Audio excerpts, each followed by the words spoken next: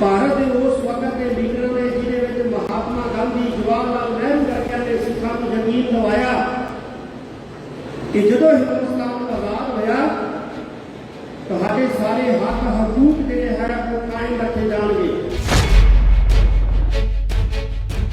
पर जो भी 1947 के मुल्क आजाद होया तो भारत के जोड़े लीडर से वो अपने वादियों को मुकर गए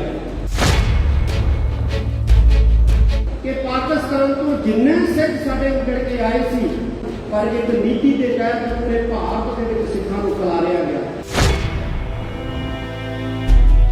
कहा जाता है कि भारत के बोलन की आज़ादी है, बोलन की आज़ादी होएगी पर सिखा के बोलन की आज़ादी जी है 1955 खो लाई गई।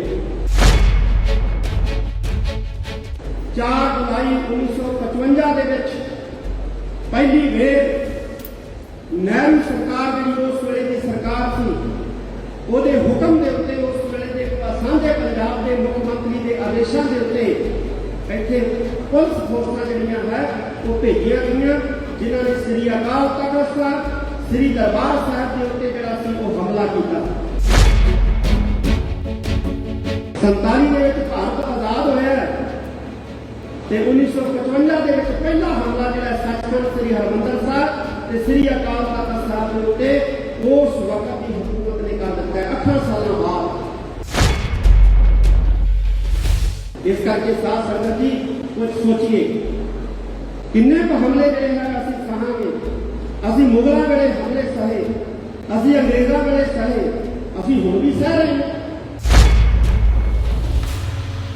ਸਾਡੇ ਧੰਨ ਗੁਰੂ ਗ੍ਰੰਥ ਸਾਹਿਬ ਸੱਚੇ ਪਾਤਸ਼ਾਹ ਦੀ ਸੁਰੱਖਿਆ ਪੂਰੀ ਜਗ੍ਹਾ ਜਗ੍ਹਾ ਧੰਨ ਗੁਰੂ ਗ੍ਰੰਥ ਸਾਹਿਬ ਸੱਚੇ ਪਾਤਸ਼ਾਹ ਦੇ ਪਾਵਨ ਸਰੂਪਾਂ ਨੂੰ ਅੱਗਾ ਲਾਈਆਂ ਜਾ ਰਹੀਆਂ ਹਨ। ਜੁਗ ਜੁਗ ਅਟਲ लोक परलोक दे राखे चवर शतर तखत मालक धन धन साहिब श्री गुरु ग्रंथ साहिब सच्चे पातशाह जी पावन पवित्र हजूरी सिख पंथ के महान ते पावन पवित्र अस्थान गुरुद्वारा मंजी साहिब दीवान हाल विखे जुड़ बैठी साध संगत जी एक बार फिर फतेह करवान करो। वाहिगुरू जी का खालसा वाहिगुरू जी की फतेह। अज 4 जुलाई नूं असीं वो दिन मना रहे हैं जदों अज के दिन 1955 के विच भारत सरकार के आदेश के उत्ते उस वेले के पंजाब सरकार के मुख्यमंत्री भीम सैन सच्चर के आदेशों के उत्ते सचखंड श्री हरिमंदर साहिब के श्री अकाल तख्त साहिब के उत्ते स्वतंत्र भारत के विच पहला हमला जिहड़ा है वो होया सी। दुनिया भर के सिख 84 के हमले बारे जानते हैं पर 1955 के विच पहला हमला श्री अकाल तख्त साहिब के उत्ते आजाद भारत सरकार ने किया सी। इस बारे बहुत घट लोगों को पता है। 1947 तो पहला हिंदुस्तान के 3 धिरां सन, 3 कौमां सन। एक मुसलमान, दूसरे हिंदू, तीसरे सिख। मुसलमानों ने अपना वखरा देश ले लिया पाकिस्तान, सिखा ने अपनी होनी जी वो हिंदुस्तान के नाल जोड़ दी। क्यों जोड़ी, किवें जुड़ी, ये वखरा विषय है। भारत के उस वक्त के लीडर ने जिन्हें महात्मा गांधी जवाहरलाल नेहरू वर्गिया ने सिखा को यकीन दिवाया कि जो हिंदुस्तान आजाद होया तो सारे हक हकूक जो है वो कायम रखे जाएंगे। तुहानू एक ऐसा खिता दिता जाऊगा जिस खिते के पंजाबी भाषा सुरक्षित होएगी, जिस खिते के धर्म ग्रंथ सुरक्षित होंगे, जिस खिते के परंपरावां मानतावां सुरक्षित होणगियां। पर जदों ही 1947 ਦੇ ਵਿੱਚ ਮੁਲਕ ਆਜ਼ਾਦ ਹੋਇਆ ਤੇ ਭਾਰਤ ਦੇ ਜਿਹੜੇ ਲੀਡਰ ਸੀ ਉਹ ਆਪਣੇ ਵਾਅਦਿਆਂ ਤੋਂ ਮੁੱਕਰ ਗਏ। ਬਿਲਕੁਲ ਉਸੇ ਤਰ੍ਹਾਂ ਜਿਵੇਂ ਅਨੰਦਪੁਰ ਸਾਹਿਬ ਦੀ ਪਾਵਨ ਧਰਤੀ ਦੇ ਉੱਤੇ ਪਹਾੜੀ ਰਾਜੇ ਗਊ ਦੀ ਸਹੁੰ ਖਾ ਕੇ ਮੁੱਕਰੇ ਸੀ। ਇਹ ਸਾਡੇ ਨਾਲ ਪਹਿਲੀ ਵਾਰੀ ਨਹੀਂ ਹੋਇਆ, ਕਈ ਵਾਰ ਹੋਇਆ। ਅਸੀਂ ਯਕੀਨ ਕਰ ਲੈਂਦੇ ਹਾਂ ਪਹਾੜੀ ਰਾਜਿਆਂ ਨੇ ਵੀ ਸਹੁੰ ਖਾਧੀ ਸੀ। ਸ੍ਰੀ ਗੁਰੂ ਗੋਬਿੰਦ ਸਿੰਘ ਮਹਾਰਾਜ ਨੂੰ ਕਿਹਾ ਸੀ ਕਿ ਤੁਸੀਂ ਅਨੰਦਪੁਰ ਸਾਹਿਬ ਦਾ ਕਿਲ੍ਹਾ ਖਾਲੀ ਕਰਕੇ ਚਲੇ ਜਾਓ, ਅਸੀਂ ਹੱਲਾ ਨਹੀਂ ਕਰਾਂਗੇ। ਮੁਗਲ ਫੌਜਾਂ ਨੇ ਸਹੁੰ ਖਾਧੀ ਸੀ ਕਿ ਅਨੰਦਪੁਰ ਸਾਹਿਬ ਦਾ ਕਿਲ੍ਹਾ ਖਾਲੀ ਕਰ ਦਿਓ, ਅਸੀਂ ਤੁਹਾਡੇ ਤੇ ਹਮਲਾ ਨਹੀਂ ਕਰਾਂਗੇ। ਪਰ ਜਿਉਂ ਸ੍ਰੀ ਗੁਰੂ ਗੋਬਿੰਦ ਸਿੰਘ ਮਹਾਰਾਜ ਨੇ ਅਨੰਦਪੁਰ ਸਾਹਿਬ ਦਾ ਕਿਲ੍ਹਾ ਖਾਲੀ ਕੀਤਾ, ਪਹਾੜੀ ਰਾਜਿਆਂ ਤੇ ਮੁਗਲ ਫੌਜਾਂ ਦੇ ਜਿਹੜੇ ਸਾਂਝੇ ਜਿਹੜੇ ਦਸਤੇ ਸੀ ਸੈਨਾ ਦੇ, ਉਹਨਾਂ ਨੇ ਗੁਰੂ ਗੋਬਿੰਦ ਸਿੰਘ ਮਹਾਰਾਜ ਦੇ ਉੱਤੇ ਹਮਲਾ ਬੋਲਿਆ। ਉਸੇ ਤਰ੍ਹਾਂ 1947 ਤੋਂ ਬਾਅਦ ਸਿੱਖ ਲੀਡਰਾਂ ਦੇ ਕੋਲ ਭਾਰਤ ਦੇ ਲੀਡਰਾਂ ਨੇ ਜਿਹੜਾ ਸੀ ਪੱਕਾ ਵਿਸ਼ਵਾਸ ਦਿਵਾਉਂਦਿਆਂ ਵਾਅਦਾ ਕੀਤਾ ਕਿ ਆਜ਼ਾਦ ਹਿੰਦੁਸਤਾਨ ਦੇ ਵਿੱਚ ਤੁਹਾਨੂੰ ਤਕਲੀਫ ਨਹੀਂ ਆਉਣ ਦਿੱਤੀ ਜਾਊਗੀ। ਪਰ ਜਦੋਂ ਹੀ 1947 ਹੋਇਆ, ਹਜ਼ਾਰਾਂ ਦੇ ਲੱਖਾਂ ਸਿੱਖ ਆਪਣੀ ਜਾਨ ਮਾਲ ਗਵਾ ਕੇ ਉਜੜੇ ਜਦੋਂ ਭਾਰਤ ਦੀ ਧਰਤੀ ਦੇ ਉੱਤੇ ਆਏ ਤਾਂ ਪਹਿਲਾ ਤੋਹਫਾ ਜਿਹੜਾ ਮਿਲਿਆ ਉਹ ਇਹ ਮਿਲਿਆ ਕਿ ਇਹ ਜਰਾਇਮ ਪੇਸ਼ਾ ਲੋਕ ਨੇ ਇਹਨਾਂ ਤੇ ਨਿਗਾਹਬਾਨੀ ਕੀਤੀ ਜਾਏ। ਫਿਰ ਦੂਸਰਾ ਜਿਹੜਾ ਕੰਮ ਕੀਤਾ ਉਹ ਇਹ ਕੀਤਾ ਕਿ ਪਾਕਿਸਤਾਨ ਤੋਂ ਜਿੰਨੇ ਸਿੱਖ ਸਾਡੇ ਉਜੜ ਕੇ ਆਏ ਸੀ ਉਹਨਾਂ ਨੂੰ ਹਰਿਆਣੇ ਦੇ ਵਿੱਚ, ਜਿਹੜਾ ਅੱਜ ਹਰਿਆਣਾ ਇਸ ਇਲਾਕੇ ਦੇ ਵਿੱਚ ਵਸਾਇਆ ਜਾ ਸਕਦਾ ਸੀ। ਅੱਜ ਜਿਹੜੇ ਹਨੂਮਾਨਗੜ੍ਹ, ਗੰਗਾਨਗਰ ਵਰਗੇ ਰਾਜਸਥਾਨ ਦੇ ਜਿਹੜੇ ਜ਼ਿਲ੍ਹੇ ਲੱਗਦੇ ਉਹਨਾਂ 'ਚ ਵਸਾਇਆ ਜਾ ਸਕਦਾ ਸੀ, ਪਰ ਇੱਕ ਨੀਤੀ ਦੇ ਤਹਿਤ ਪੂਰੇ ਭਾਰਤ ਦੇ ਵਿੱਚ ਸਿੱਖਾਂ ਨੂੰ ਖਿਲਾਰਿਆ ਗਿਆ। ਕੋਈ ਬੰਬਈ ਜਾ ਕੇ ਬੈਠਾ, ਕੋਈ ਹੈਦਰਾਬਾਦ ਜਾ ਕੇ ਬੈਠਾ, ਕੋਈ ਯੂਪੀ ਦੇ ਤਰਾਈ ਖੇਤਰ ਦੇ ਵਿੱਚ ਜਾ ਕੇ ਬੈਠਾ, ਕਿਸੇ ਨੂੰ ਕਿਤੇ ਜ਼ਮੀਨ ਅਲਾਟ ਕੀਤੀ, ਕਿਸੇ ਨੂੰ ਕਿਤੇ ਜ਼ਮੀਨ ਅਲਾਟ ਕੀਤੀ ਕਿ ਸਿੱਖਾਂ ਨੂੰ ਇੱਕੋ ਜਗ੍ਹਾ ਦੇ ਉੱਤੇ ਇਕੱਠੇ ਕਰਨਾ ਇਹ ਠੀਕ ਨਹੀਂ ਹੈ। ਐਡੀ ਵੱਡੀ ਜਿਹੜੀ ਸੀ ਸਾਡੇ ਖਿਲਾਫ ਸਾਜ਼ਿਸ਼ ਰਚੀ ਗਈ। ਹਿੰਦੁਸਤਾਨ ਭਰ ਦੇ ਵਿੱਚ ਭਾਸ਼ਾ ਦੇ ਆਧਾਰ ਦੇ ਉੱਤੇ ਸੂਬੇ ਬਣਾਏ ਗਏ, ਪਰ ਜਦੋਂ ਪੰਜਾਬ ਦੀ ਵਾਰੀ ਆਈ ਤੇ ਪੰਜਾਬ ਨੂੰ ਪੂਰਾ ਜਵਾਬ ਦੇ ਦਿੱਤਾ ਗਿਆ। ਤੇ ਜਦੋਂ ਮਾਸਟਰ ਤਾਰਾ ਸਿੰਘ ਜੀ ਦੀ ਅਗਵਾਈ ਦੇ ਵਿੱਚ ਸ਼੍ਰੋਮਣੀ ਗੁਰਦੁਆਰਾ ਪ੍ਰਬੰਧਕ ਕਮੇਟੀ ਦੇ ਸਹਿਯੋਗ ਦੇ ਨਾਲ ਪੰਜਾਬੀ ਸੂਬਾ ਦੇ ਹੱਕ ਦੇ ਵਿੱਚ ਜਦੋਂ ਆਵਾਜ਼ ਉਠਾਈ ਗਈ ਤਾਂ ਉਸ ਵਕਤ ਦੀ ਜ਼ਾਲਮ ਸਰਕਾਰ ਨੇ ਪੰਜਾਬੀ ਸੂਬਾ ਮੋਰਚਾ ਜ਼ਿੰਦਾਬਾਦ ਕਹਿਣ ਦੇ ਉੱਤੇ ਪਾਬੰਦੀ ਲਾ ਦਿੱਤੀ। ਕਿਹਾ ਜਾਂਦਾ ਹੈ ਕਿ ਭਾਰਤ ਦੇ ਵਿੱਚ ਬੋਲਣ ਦੀ ਆਜ਼ਾਦੀ ਹੈ, ਬੋਲਣ ਦੀ ਆਜ਼ਾਦੀ ਹੋਏਗੀ, ਪਰ ਸਿੱਖਾਂ ਦੇ ਬੋਲਣ ਦੀ ਆਜ਼ਾਦੀ ਜਿਹੜੀ ਹੈ 1955 ਦੇ ਵਿੱਚ ਖੋਹ ਲਈ ਗਈ। ਜੇ ਸਿੱਖਾਂ ਨੇ ਅਦਾਲਤ ਦਾ ਰੁਖ ਕੀਤਾ, ਜੇ ਸਿੱਖ ਹਾਈ ਕੋਰਟ ਗਏ ਕਿ ਸਾਨੂੰ ਬੋਲਣ ਦੀ ਆਜ਼ਾਦੀ ਹੋਣੀ ਚਾਹੀਦੀ ਹੈ, ਕਿਉਂਕਿ ਕਿਹਾ ਗਿਆ ਸੀ ਕਿ ਆਜ਼ਾਦ ਭਾਰਤ ਦੇ ਵਿੱਚ ਬੋਲਣ ਦੀ ਆਜ਼ਾਦੀ ਹੋਊਗੀ। ਅੱਜ ਸਾਨੂੰ ਕਿਵੇਂ ਪੰਜਾਬੀ ਮੋਰਚਾ ਜ਼ਿੰਦਾਬਾਦ ਬੋਲਣ ਤੋਂ ਮਨਾ ਕੀਤਾ ਜਾ ਰਿਹਾ ਹੈ, ਔਰ ਕੋਰਟ ਨੇ ਵੀ ਉਸ ਵਕਤ ਸ਼੍ਰੋਮਣੀ ਅਕਾਲੀ ਦਲ ਦੀ ਪਟੀਸ਼ਨ ਨੂੰ ਜਿਹੜਾ ਸੀ ਉਹ ਖਾਰਜ ਕਰ ਦਿੱਤਾ। ਕੋਰਟ ਤੋਂ ਵੀ ਇਨਸਾਫ ਨਹੀਂ ਮਿਲਿਆ। ਹਾਰ ਕੇ ਸ੍ਰੀ ਅਕਾਲ ਤਖਤ ਸਾਹਿਬ ਦੀ ਅਰਦਾਸ ਕਰਕੇ ਸਿੱਖਾਂ ਨੇ ਮੋਰਚਾ ਲਾਇਆ। ਮਾਸਟਰ ਤਾਰਾ ਸਿੰਘ ਉਸ ਵਕਤ ਸ਼੍ਰੋਮਣੀ ਅਕਾਲੀ ਦਲ ਦੇ ਲੀਡਰ ਸਨ। ਸ਼੍ਰੋਮਣੀ ਗੁਰਦੁਆਰਾ ਪ੍ਰਬੰਧਕ ਕਮੇਟੀ ਦੇ ਸਹਿਯੋਗ ਦੇ ਨਾਲ ਇਹ ਮੋਰਚਾ ਲੱਗਿਆ ਤੇ ਉਸ ਮੋਰਚੇ ਦੇ ਵਿੱਚ ਹਜ਼ਾਰਾਂ ਗ੍ਰਿਫਤਾਰੀਆਂ ਹੋਈਆਂ। ਇੱਥੋਂ ਤੱਕ ਨੌਬਤ ਆ ਗਈ ਕਿ ਸ਼੍ਰੋਮਣੀ ਗੁਰਦੁਆਰਾ ਪ੍ਰਬੰਧਕ ਕਮੇਟੀ ਤੇ ਸ਼੍ਰੋਮਣੀ ਅਕਾਲੀ ਦਲ ਨੇ ਇਹ ਕਹਿ ਦਿੱਤਾ ਕਿ ਇਸ ਮੋਰਚੇ ਦੇ ਵਿੱਚ ਗ੍ਰਿਫਤਾਰੀਆਂ ਜਿਹੜੀਆਂ ਉਹ ਸਿੱਖ ਦੇਣਗੇ ਜਿਹੜੇ ਅੰਮ੍ਰਿਤਧਾਰੀ ਹੋਣਗੇ। ਕਿ ਸਿੱਖਾਂ ਦੇ ਮਨਾਂ ਦੇ ਵਿੱਚ ਚਾਅ ਸੀ, ਜਗ੍ਹਾ ਜਗ੍ਹਾ ਅੰਮ੍ਰਿਤ ਸੰਚਾਰ ਹੋਣ ਲੱਗੇ ਤੇ ਸਿੱਖਾਂ ਨੇ ਜੇਲ੍ਹ ਜਾਣ ਵਾਸਤੇ ਅੰਮ੍ਰਿਤ ਛਕਣਾ ਸ਼ੁਰੂ ਕਰ ਦਿੱਤਾ, ਅੰਮ੍ਰਿਤਧਾਰੀ ਹੋਣ ਲੱਗ ਪਏ। ਸਾਧ ਸੰਗਤ ਦੀ ਤੇ ਜਦੋਂ ਇਹ ਮੋਰਚਾ ਭਖਿਆ, ਇਸ ਮੋਰਚੇ ਨੂੰ ਦਬਾਉਣ ਵਾਸਤੇ 4 ਜੁਲਾਈ 1955 ਦੇ ਵਿੱਚ ਪਹਿਲੀ ਵੇਰ ਨਹਿਰੂ ਸਰਕਾਰ ਜਿਹੜੀ ਉਸ ਵੇਲੇ ਦੀ ਸਰਕਾਰ ਸੀ, ਉਹਦੇ ਹੁਕਮ ਦੇ ਉੱਤੇ, ਉਸ ਵੇਲੇ ਦੇ ਸਾਂਝੇ ਪੰਜਾਬ ਦੇ ਮੁੱਖ ਮੰਤਰੀ ਦੇ ਆਦੇਸ਼ਾਂ ਦੇ ਉੱਤੇ ਇੱਥੇ ਪੁਲਿਸ ਫੋਰਸਾਂ ਜਿਹੜੀਆਂ ਹੈ ਉਹ ਭੇਜੀਆਂ ਗਈਆਂ, ਜਿਨ੍ਹਾਂ ਨੇ ਸ੍ਰੀ ਅਕਾਲ ਤਖਤ ਸਾਹਿਬ, ਸ੍ਰੀ ਦਰਬਾਰ ਸਾਹਿਬ ਦੇ ਉੱਤੇ ਜਿਹੜਾ ਸੀ ਉਹ ਹਮਲਾ ਕੀਤਾ। ਆ ਦੇਖ ਰਹੇ ਹੋ ਤੁਸੀਂ ਉਸ ਵੇਲੇ ਟੀਅਰ ਗੈਸ ਦੇ ਜਿਹੜੇ ਗੋਲੇ ਸੀ ਉਹ ਪ੍ਰਕਰਮਾਂ ਦੇ ਵਿੱਚ ਸਿੱਖ ਸੰਗਤ ਦੇ ਉੱਤੇ ਛੱਡੇ ਗਏ। ਬੂਟਾ ਦੇ ਸਣੇ ਜਿਹੜਾ ਹੈ ਉਹ ਪੁਲਿਸ ਜਿਹੜੀ ਸੀ ਉਹ ਪ੍ਰਕਰਮਾਂ ਦੇ ਵਿੱਚ ਦਾਖਲ ਹੋਈ। ਸਿੱਖਾਂ ਨੂੰ ਲੰਗਰ ਪਾਣੀ ਨਾ ਮਿਲੇ। ਸ਼੍ਰੀ ਗੁਰੂ ਰਾਮਦਾਸ ਪਾਤਸ਼ਾਹ ਦਾ ਜਿਹੜਾ ਨਾਂ ਦੇ ਉੱਤੇ ਬਣਿਆ ਲੰਗਰ ਹਾਲ ਹੈ, ਇਸ ਲੰਗਰ ਹਾਲ ਦੇ ਉੱਤੇ ਜਿਹੜਾ ਹੈ ਉਹ ਕਬਜ਼ਾ ਕਰ ਲਿਆ ਗਿਆ। ਰਾਸ਼ਨ ਪਾਣੀ ਜਿਹੜਾ ਹੈ ਉਹ ਬੰਦ ਕਰ ਦਿੱਤਾ ਗਿਆ। ਪਰ ਧੰਨ ਸਨ ਉਸ ਵੇਲੇ ਦੇ ਸਿੱਖ ਜਿਨ੍ਹਾਂ ਨੇ ਸ੍ਰੀ ਅਕਾਲ ਤਖਤ ਸਾਹਿਬ ਦੇ ਉੱਤੇ ਸੰਗਤਾਂ ਵੱਲੋਂ ਲਿਆਂਦਾ ਜਿਹੜਾ ਸੀ ਲੰਗਰ ਵਰਤਾਉਣਾ ਸ਼ੁਰੂ ਕਰ ਦਿੱਤਾ। ਕਮੀ ਕੋਈ ਨਹੀਂ ਆਈ। 47 ਦੇ ਵਿੱਚ ਭਾਰਤ ਆਜ਼ਾਦ ਹੋਇਆ ਤੇ 1955 ਦੇ ਵਿੱਚ ਪਹਿਲਾ ਹਮਲਾ ਜਿਹੜਾ ਸੱਚਖੰਡ ਸ੍ਰੀ ਹਰਿਮੰਦਰ ਸਾਹਿਬ ਤੇ ਸ੍ਰੀ ਅਕਾਲ ਤਖਤ ਸਾਹਿਬ ਦੇ ਉੱਤੇ ਉਸ ਵਕਤ ਦੀ ਹਕੂਮਤ ਨੇ ਕਰ ਦਿੱਤਾ। 8 ਸਾਲਾਂ ਬਾਅਦ ਇਹ ਹਮਲਾ ਕਰਕੇ ਉਹਨਾਂ ਨੇ ਜਤਾ ਦਿੱਤਾ ਸਾਨੂੰ ਕਿ ਇਸ ਆਜ਼ਾਦ ਭਾਰਤ ਦੇ ਵਿੱਚ ਸਿੱਖਾਂ ਦੀ ਕੀ ਕੀਮਤ ਹੈ, ਸਾਡੀ ਨਜ਼ਰ ਦੇ ਵਿੱਚ, ਸਾਡੀ ਦ੍ਰਿਸ਼ਟੀ ਦੇ ਵਿੱਚ।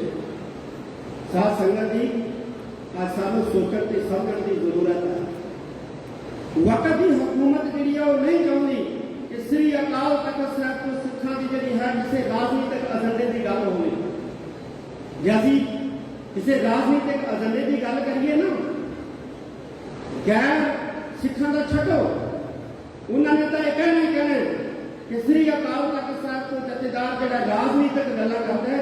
ਸਾਡੇ ਸਿੱਖ ਖੁਦ ਕਹਿਣ ਲੱਗ ਪੈਂਦੇ ਨੇ ਕਿ ਜਥੇਦਾਰ ਰਾਜਨੀਤਿਕ ਗੱਲਾਂ ਕਰਦਾ ਹੈ ਤੇ ਉਹਦਾ ਅਸੀਂ ਕਹਿੰਦੇ ਹਾਂ ਸ੍ਰੀ ਅਕਾਲ ਤਖਤ ਸਾਹਿਬ ਮੇਰੀ ਪੀੜੀ ਦਾ ਸਿਧਾਂਤ ਦਾ ਜਿਹੜਾ ਹੈ ਉਹ ਮੁਜੱਸਮਾ ਹੈ। ਸ੍ਰੀ ਅਕਾਲ ਤਖਤ ਸਾਹਿਬ ਮੇਰੀ ਪੀੜੀ ਦੇ ਸਿਧਾਂਤ ਦਾ ਜਿਹੜਾ ਹੈ ਇੱਕ ਪ੍ਰਗਟਾਅ ਹੈ। ਤੇ ਜੇ ਸ੍ਰੀ ਅਕਾਲ ਤਖਤ ਸਾਹਿਬ ਮੇਰੀ ਪੀੜੀ ਦੇ ਸਿਧਾਂਤ ਦਾ ਇੱਕ ਜਲਾਓ ਹੈ, ਪ੍ਰਗਟਾਅ ਹੈ, ਤਾਂ ਇੱਥੋਂ ਫਿਰ ਧਾਰਮਿਕ ਗੱਲਾਂ ਵੀ ਹੋਣੀਆਂ ਚਾਹੀਦੀਆਂ ਸ੍ਰੀ ਅਕਾਲ ਤਖਤ ਸਾਹਿਬ ਦੀ ਫਸੀਲ ਤੋਂ ਤੇ ਸ੍ਰੀ ਅਕਾਲ ਤਖਤ ਸਾਹਿਬ ਦੀ ਫਸੀਲ ਤੋਂ ਸਿੱਖਾਂ ਦੀ ਰਾਜਨੀਤਿਕ ਏਜੰਡਾ ਵੀ ਜਿਹੜਾ ਹੈ ਉਹ ਤੈਅ ਹੋਣਾ ਚਾਹੀਦਾ ਹੈ। ਪਰ ਸਾਡੇ ਸਿੱਖੀ ਵਿਰੋਧ ਕਰਨ ਲੱਗ ਜਾਂਦੇ ਨੇ, ਗੈਰ ਸਿੱਖਾਂ ਦੀ ਛੱਡੋ। ਸਾਧ ਸੰਗਤ ਦੀ ਜ਼ਰੂਰਤ ਹੈ ਅੱਜ ਸਾਨੂੰ ਸੋਚਣ ਸਮਝਣ ਦੀ। ਕਿੰਨਾ ਕੁ ਚਿਰ ਜਿਹੜਾ ਹੈ ਅਸੀਂ ਇਸ ਤਰ੍ਹਾਂ ਜਿਹੜਾ ਹੈ ਉਹ ਮਾਰਾਂ ਖਾਂਦੇ ਜਾਵਾਂਗੇ। ਅੱਜ ਪੰਜਾਬ ਦੇ ਵਿੱਚ ਜਾਂ ਪੰਜਾਬ ਛੱਡੋ ਪੂਰੇ ਹਿੰਦੁਸਤਾਨ ਦੇ ਵਿੱਚ ਸਿੱਖਾਂ ਦੀ ਰਾਜਸੀ ਧਿਰ ਕਿਹੜੀ ਹੈ? ਜਿਹੜੀ ਰਾਜਸੀ ਧਿਰ ਹੈ ਉਹਨੂੰ ਅਸੀਂ ਧਿਰ ਮੰਨਣ ਨੂੰ ਤਿਆਰ ਨਹੀਂ। ਕੀ ਫਿਰ ਦੂਜੀਆਂ ਪਾਰਟੀਆਂ ਸਿੱਖਾਂ ਦੀ ਰਾਜਸੀ ਧਿਰ ਬਣ ਗਈਆਂ? ਕੌਣ ਬਣੇਗਾ ਸਿੱਖਾਂ ਦੀ ਰਾਜਸੀ ਧਿਰ?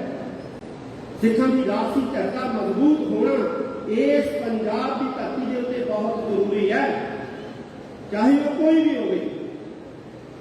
ਲੇਕਿਨ ਸਿੱਖਾਂ ਦੀ ਆਪਣੀ ਰਾਜਸੀ ਧਿਰ ਜਿਹੜੀ ਹੈ ਉਹ ਹੋਣੀ ਚਾਹੀਦੀ ਹੈ।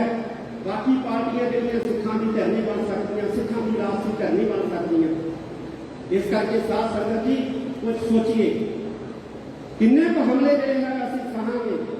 ਅਸੀਂ ਮੁਗਲਾਂ ਵੇਲੇ ਹਮਲੇ ਸਹੇ, ਅਸੀਂ ਅੰਗਰੇਜ਼ਾਂ ਵੇਲੇ ਸਹੇ, ਅਸੀਂ ਹੁਣ ਵੀ ਸਹਿ ਰਹੇ ਹਾਂ। ਫਿਰ ਫਰਕ ਕੀ ਹੈ? ਹਿੰਦੁਸਤਾਨ ਦੇ ਵਿੱਚ 1947 ਤੋਂ ਬਾਅਦ ਪਹਿਲੀ ਵੇਰ 1955 ਦਾ ਜਦੋਂ ਇਹ ਹਾਦਸਾ ਹੋਇਆ, ਜਦੋਂ ਇਹ ਅਟੈਕ ਹੋਇਆ, ਉਸ ਵਕਤ ਸ਼੍ਰੋਮਣੀ ਗੁਰਦੁਆਰਾ ਪ੍ਰਬੰਧਕ ਕਮੇਟੀ ਦੇ ਪ੍ਰਧਾਨ, ਸ਼੍ਰੋਮਣੀ ਗੁਰਦੁਆਰਾ ਪ੍ਰਬੰਧਕ ਕਮੇਟੀ ਦੇ ਸਕੱਤਰ ਸਾਹਿਬਾਨਾਂ ਨੂੰ ਹੀ ਗ੍ਰਿਫਤਾਰ ਨਹੀਂ ਕੀਤਾ ਗਿਆ, ਬਲਕਿ ਉਸ ਵੇਲੇ ਸੱਚਖੰਡ ਸ੍ਰੀ ਹਰਿਮੰਦਰ ਸਾਹਿਬ ਜੀ ਦੇ ਮੁੱਖ ਗ੍ਰੰਥੀ ਗਿਆਨੀ ਭੁਪਿੰਦਰ ਸਿੰਘ ਜੀ ਨੂੰ ਬੰਦੀ ਬਣਾਇਆ ਗਿਆ। ਸ੍ਰੀ ਅਕਾਲ ਤਖਤ ਸਾਹਿਬ ਜੀ ਦੇ ਜਥੇਦਾਰ ਸਿੰਘ ਸਾਹਿਬ ਗਿਆਨੀ ਅਛਰ ਸਿੰਘ ਜੀ ਨੂੰ ਜਿਹੜਾ ਹੈ ਉਹ ਬੰਦੀ ਬਣਾ ਕੇ ਜੇਲ੍ਹ ਦੇ ਵਿੱਚ ਭੇਜਿਆ ਗਿਆ। ਇਹ ਪਹਿਲੀਆਂ ਗ੍ਰਿਫਤਾਰੀਆਂ ਹੋਈਆਂ ਆਜ਼ਾਦ ਭਾਰਤ ਦੇ ਵਿੱਚ। ਸਾਡੇ ਸਨਮਾਨਜਨਕ ਸੱਚਖੰਡ ਸ੍ਰੀ ਹਰਿਮੰਦਰ ਸਾਹਿਬ ਜੀ ਦੇ ਮੁੱਖ ਗ੍ਰੰਥੀ ਦੇ ਅਹੁਦੇ ਤੇ ਬੈਠੇ ਸਿੰਘ ਸਾਹਿਬ ਗਿਆਨੀ ਭੁਪਿੰਦਰ ਸਿੰਘ ਜੀ, ਜਾਂ ਮੁਗਲਾਂ ਵੇਲੇ ਗ੍ਰਿਫਤਾਰੀ ਹੋਈ ਸੀ ਭਾਈ ਮਨੀ ਸਿੰਘ ਜੀ ਦੀ, ਤੇ ਜਾਂ ਫਿਰ ਆਜ਼ਾਦ ਭਾਰਤ ਦੇ ਵਿੱਚ ਗ੍ਰਿਫਤਾਰੀ ਹੋਈ ਸੱਚਖੰਡ ਸ੍ਰੀ ਹਰਿਮੰਦਰ ਸਾਹਿਬ ਜੀ ਦੇ ਮੁੱਖ ਗ੍ਰੰਥੀ ਗਿਆਨੀ ਭੁਪਿੰਦਰ ਸਿੰਘ ਜੀ ਦੀ, ਸਿੰਘ ਸਾਹਿਬ ਗਿਆਨੀ ਭੁਪਿੰਦਰ ਸਿੰਘ ਜੀ ਦੀ। ਅੱਜ ਵਕਤ ਹੈ ਕਿ ਅਸੀਂ ਜਿਹੜੇ ਸਿੱਖ ਦੇ ਛੋਟੇ ਛੋਟੇ ਮਤਭੇਦ ਭੁਲਾ ਕੇ ਆਪਸ ਦੇ ਵਿੱਚ ਸ੍ਰੀ ਅਕਾਲ ਤਖਤ ਸਾਹਿਬ ਜੀ ਦੀ ਸਰਪ੍ਰਸਤੀ ਦੇ ਵਿੱਚ ਇਕੱਠੇ ਹੋਈਏ। ਗੁਰਦੁਆਰਾ ਪ੍ਰਬੰਧ ਤੇ ਕਬਜ਼ੇ ਦੀ ਲੜਾਈ ਨੂੰ ਲੈ ਕੇ ਅਸੀਂ ਜਿਹੜਾ ਹੈ ਆਪਸ ਦੇ ਵਿੱਚ ਇੰਨੀਆਂ ਦੂਰੀਆਂ ਬਣਾ ਲਈਆਂ ਕਿ ਅਸੀਂ ਸ੍ਰੀ ਅਕਾਲ ਤਖਤ ਸਾਹਿਬ ਦੇ ਉੱਤੇ ਵੀ ਇਕੱਠਾ ਹੋਣ ਨੂੰ ਗਰੇਜ਼ ਕਰਦੇ ਹਾਂ, ਸੰਕੋਚ ਕਰਦੇ ਹਾਂ। ਜਦੋਂ ਇਲੈਕਸ਼ਨ ਆਉਣਗੇ ਸ਼੍ਰੋਮਣੀ ਗੁਰਦੁਆਰਾ ਪ੍ਰਬੰਧਕ ਕਮੇਟੀ ਦੇ ਲੜ ਲਿਓ ਇਲੈਕਸ਼ਨ, ਜਿੱਤ ਲਿਓ ਇਲੈਕਸ਼ਨ, ਪਰ ਸ੍ਰੀ ਅਕਾਲ ਤਖਤ ਸਾਹਿਬ ਦੀ ਅਗਵਾਈ ਦੇ ਵਿੱਚ, ਸ੍ਰੀ ਅਕਾਲ ਤਖਤ ਸਾਹਿਬ ਦੀ ਸਰਪ੍ਰਸਤੀ ਦੇ ਵਿੱਚ ਸਿੱਖਾਂ ਦੇ ਸਾਰੇ ਧਰਮ ਜਿਹੜਾ ਹੈ, ਧੜਿਆਂ ਨੂੰ ਜਿਹੜਾ ਹੈ ਮਤਭੇਦ ਭੁਲਾ ਕੇ ਇਕੱਠੇ ਹੋਣਾ ਚਾਹੀਦਾ ਹੈ। ਫਿਰ ਅਸੀਂ ਸਰਦਾਰ ਸਾਧ ਸੰਗਤ ਜੀ ਬਚਾਂਗੇ, ਸਾਡੀ ਫੇਰ मुरादां बचणगीਆਂ, फिर साडी रहत मर्यादा बचेगी। यानी अज की हो रहा है, अज साडे धन गुरु ग्रंथ साहिब सच्चे पातशाह की सुरक्षा पूरी जगह जगह धन गुरु ग्रंथ साहिब सच्चे पातशाह के पावन सरूपां नूं अग्गां लाईआं जा रहीआं हैं। अज नगर चौधरीआं दे विच श्री अखंड पाठ साहिब के भोग पए ने, जिथे एक सिर्फ श्री बीबी वालों श्री गुरु ग्रंथ साहिब जी के पावन स्वरूपां नूं जिहड़ा है वो अगन भेंट किया गया। वो बीबी फड़ ली गई है, लेकिन उस बीबी के पिछे किहड़ियां ताकतां ने, कौन ताकतां ने, ये सरकार ना कटेगी ते ना सरकार ने कढ़ना, क्योंकि वो शक्तियां कोई छोटियां मोटियां शक्तियां नहीं होणियां, बहुत बड़ियां शक्तियां। वो बीबी फड़ ली है, बीबी अंदर भी हो जाएगी, बीबी को सजा भी हो जाएगी उस दुष्ट को। पर उस दुष्ट बीबी को कारा क्यों नहीं करवाया है, इस समूह जिहड़ा है वो बेपर्द कौन करेगा। आज जरूरत है कि असं सिर जोड़ के बैठिए। पिछले साल भी अज के इस दिहाड़े में समर्पित श्री अखंड पाठ साहिब श्रोमणी गुरुद्वारा प्रबंधक कमेटी ने आरंभ करा के अज के दिन समाप्ति की थी, लेकिन उस वक्त दीवान नहीं सी सजे। अज दीवान सजाए ने। बीबी जगीर कौर जी बैठे ने, श्रोमणी गुरुद्वारा प्रबंधक कमेटी के प्रधान जी, मैं इन्हां दा धन्नवाद करदा कि उन्होंने अज के दिन समागम का प्रबंध किया। चाहिए तो है कि 1984 के ਜਿਹੜੇ तीसरे घल्लूघारे के समागम ने श्री अकाल तख्त साहिब के होंदे असीं 10 मिनटों के विच समाप्ति कर दिंदे, 20 मिनटों च समाप्ति कर दिंदे। क्यों?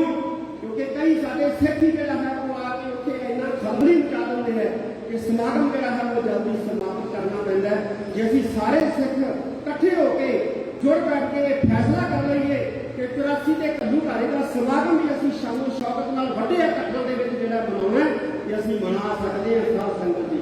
उतों असीं दस सकते हैं कि 6 जून 1984 में साडे नाल की वापरिया सी, लेकिन असीं ऐसा करना नहीं चाहुंदे। मजबूरन बस प्रबंधकां नूं वो समागम जिहड़े ने वो अद्धे पौने घंटे दे विच समाप्त करने पैंदे ने ते दोष असीं प्रबंधकां सकदे हैं कि समागम नूं जिहड़ा छेती समाप्त क्यों कर दिंदे ने। जे असीं उत्थे शांति नाल बैठीए, घंटा शांति नाल बैठीए, 2 घंटे शांति नाल बैठीए, उत्थे असीं सुणीए, फिर साथ संगत जी असीं अपनी कौम नूं जानकारियां दे सकते हैं कि अज दे दिन साडे पिंडां दे उत्ते की जिहड़ा सी वो बीतिया। अंत दे विच तुसीं अज दे इस इतिहासक दिहाड़े के समागम के मौके गुरुद्वारा दीवान हाल मंडी साहिब विखे पहुंचे हो। मैं आप सारिया संगतां दा तहे दिल धन्नवाद करदा। श्रोमणी गुरुद्वारा प्रबंधक कमेटी का फिर मैं एक बार धन्नवाद करदा, क्योंकि उन्होंने अज दे इस इतिहासक दिन नूं वड्डी पद्धर के उत्ते मनाउण दा जिहड़ा है वो उपराला किया है। और अगाम ये भी असीं बीबी जी नूं कहांगे कि श्रोमणी गुरुद्वारा प्रबंधक कमेटी की अगवाई दे विच इस दिन नूं जिहड़ा है होर वड्डे पद्धर के उत्ते गुरुद्वारा दीवान हाल मंडी साहिब विखे मनाया जाया जा सके, ताकि असीं दस सकीए सिखां नूं कि आजाद भारत दे विच 84 दे विच जिहड़ा सी वो हमला नहीं सी होया साडे धार्मिक स्थानां ते, बल्कि पहला हमला जिहड़ा है वो 4 जुलाई 1955 को होया सी। उस वक्त की भारत सरकार ने जिहड़ा कीता सी। इन्हें शब्द प्रवान करने बहुत बहुत सबका धन्यवाद। वाहिगुरू जी का खालसा, वाहिगुरू जी